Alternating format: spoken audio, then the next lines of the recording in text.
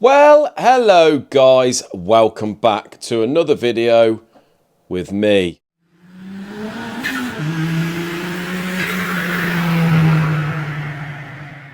Hang on a minute, not just me, we've still got more from Isaac. I read through the comments last week and a little bit upset that you prefer Isaac to me. But unfortunately guys, I'm still going to have to do them. But yeah, fair play to Isaac. Absolutely cracking videos, great technical stuff. He's actually really good at doing the technical videos. So I'm gonna do my best now. Obviously, because he's been doing it all week, I'm gonna do my best to get him to do a video, maybe one a week, just complete technical. Who knows? Put down in the comments what you reckon. But yeah, unfortunately, guys, you're stuck with me now. But yeah, just come back. Haven't even been out in the workshop yet to see what sort of state that's in. Usually when I get back, we're knee deep in swarf on the floor for a start off, but we shall see. I did have a little word in Isaac's ear before I left and said, just sort of, if you can, mate, just keep it nice and tidy. So we will see when we get out there, guys. But as I say, we've got 6 or 7 minutes of Isaac. He did do some footage the other day, but I didn't put it on Friday. I thought I'll wait till Monday. So I do apologise for just the 2 videos last week. But yeah, just come in. What have we got? What have I come back to? So we've got a bit of paperwork there, not too bad. Got some ink for the printer, which is magic. Yeah, not too bad on the paperwork front, really, guys. Let's go and have a little mooch in the workshop and see what we got. Still dark outside, as you can see. Well, first of all, there's no swarf on the floor. Absolutely brilliant. Oh, what we got here and there. I think I'll let Isaac explain those. But yeah, the workshop looks really, really tidy. Fair play to him. What a good lad. I think what I'll do, guys, we'll just jump straight into Isaac's footage, see what he's had going on the Thursday and the Friday, and I will see you shortly. So we've just had this head come in for a skim, and you'll notice it's not on the mill, it's on the grinder. And the reason for that is just here, you can see the pre-combustion chambers. And the issue with doing it on the mill is those pre-combustion chambers are steel, and obviously the head is aluminium. On the mill, as you know, it's a single tip fly cutter. So as that goes through the steel, what ends up happening is it drags that steel across into the aluminium, and you get a really bad finish, and you can't really do it. John's told me stories of taking way more than it needed because you just couldn't get the finish. So the only way to overcome that is to use the grinder and to hand feed it rather than using the automatic feed, and then you get a decent finish. So once I've done that, I'll show you the finish, and hopefully we won't have any of that steel dragging into the aluminium. Here we've got the little Fiat Punto, which I think you've already seen. I've gone through the head on that one. The head is done. Done all the clearances, done all of that, so that's ideal, all done. Still got to balance the crank assembly. I think, yeah, no, John's measured that, that's all good, that crank. We've still got to bore and face the block. Although it looks like the block's been faced fairly recently, can't hurt just to take another little lick off of there. And then as you can see in those bores, there's some lovely wear there. Look at that. Massive wear. Big disaster. Yeah, that's so. I think when the guy came in, he said to Lee, "Oh yeah, it's just had a rebore, just been bored." Lee looked at it and said, "What? That ain't bored, mate. That's just been deglazed." I think we need to order some pistons. Oh, that's right. We've got to find out how much the pistons will be, and then report back to the customer. Not the most common thing, a 1997 Punto, but yeah. I've also got to vapor blast the old inlet manifold, throttle body, whatever, all that. So there we go, we've got the head off of the grinder now, and you can see there, that's the sort of finish we end up with. It's a bit of a dull finish, but it's smooth, and you've got none of that steel being dragged across, which is ideal. I've just given that one a wash, and it's all ready to go back to the customer. So we'll give them a call, get that back to them. Other than that, we've had this Transit 2.2 head come in, nice and grotty as you can see, but you can see there that glow plug is not playing ball. We've had that hot, we've had John's special fluid on it. Yeah, we'll just call it that, John's special fluid. But you can see the others all came out nice and easily, just that one didn't. Luckily the electrode came out with the sheared head, so now all we've got to do is drill that out and happy days.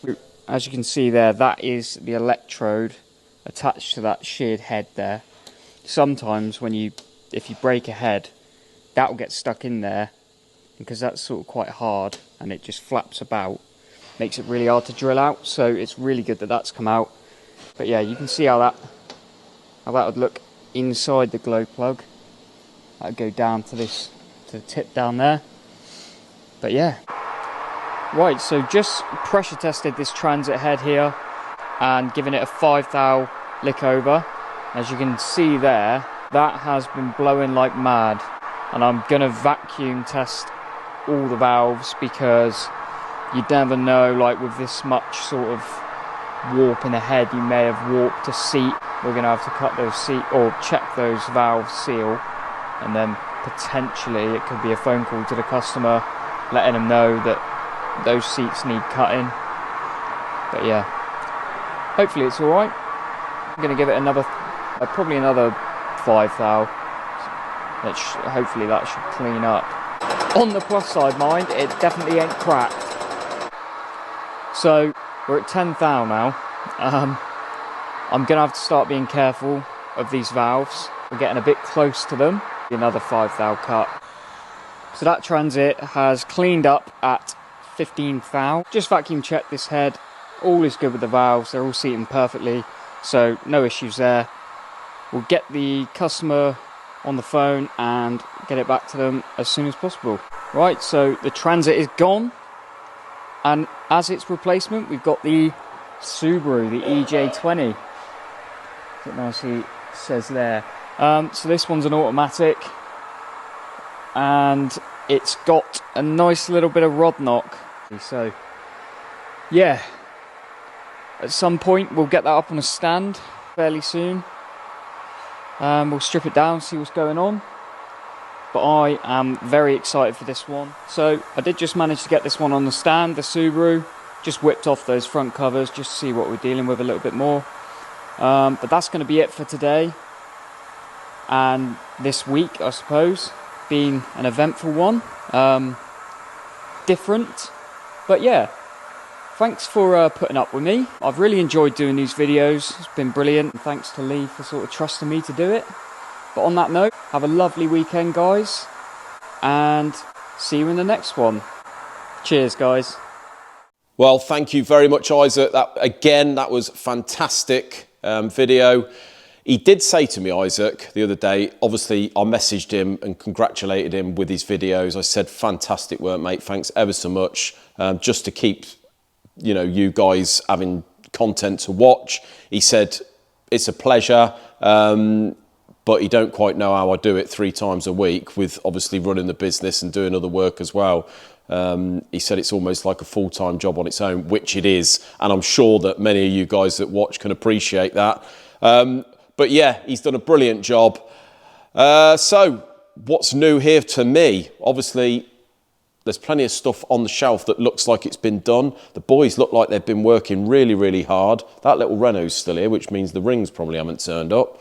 That's not good news. Anyway, Subaru, I know for a fact he's staying a bit calm about this, but he is going to be well excited about getting involved with that. The Subaru Impreza is Isaac's favourite car, if you don't know already. He's absolutely itching for one, and who knows, one might appear very shortly. You never know. He's still young. He's going to be buzzing to get in amongst this one. This one is from Chris at CTS, the one that we did the transit for last week that's gone, I think went back on the Friday, should have done. Looks like it's gone anyway. But yeah, this is obviously a flat 4 twin overhead cam. So basically you've got 2 heads, which are like half a 16 valve 4-cylinder each with their own pulley, so you can see that set up there. It's a lovely little compact engine. The only downside to these engines, and it's exactly the reason why this one's in, is they do suffer with the cranks. The cranks, because of the nature of the engine, because of the narrow width, the cranks are, or the crank journals are very, very narrow.